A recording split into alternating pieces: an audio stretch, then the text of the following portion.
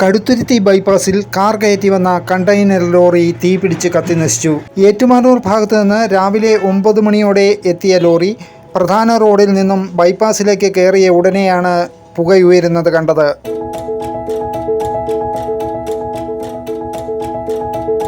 Driver വാഹനം നിർത്തി വാഹനത്തിലുണ്ടായിരുന്ന fire system ഉപയോഗിച്ച് തീ കെടുത്താൻ ശ്രമിച്ചെങ്കിലും തീ നിയന്ത്രിക്കാനായില്ല.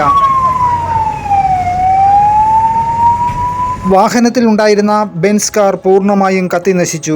ഏറ്റുമാനൂരിലെ ഷോറൂമിൽ നിന്ന് പുതിയ ബെൻസ് കാർ കോഴിക്കോട്ടെ ഷോറൂമിലേക്ക് കൊണ്ടുപോകുന്നതിനിടെയാണ് ലോറിയിൽ തീപിടുത്തമുണ്ടായത്. കടുത്തുരുത്തിയിലെ 2 യൂണിറ്റ് ഫയർഫോഴ്സും പോലീസും 1.5 മണിക്കൂർ കിണഞ്ഞു ശ്രമിച്ച ശേഷമാണ് തീ പൂർണ്ണമായി കെടുത്താനായത്.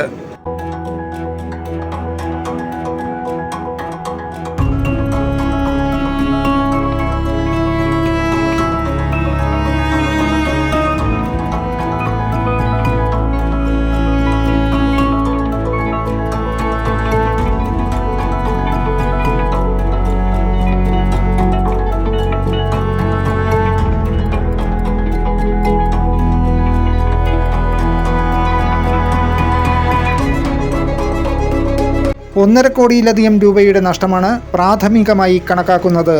തീപിടുത്തത്തിൻ്റെ കാരണം വ്യക്തമായിട്ടില്ല. ന്യൂസ് ടീം, വൈക്കം വാർത്ത.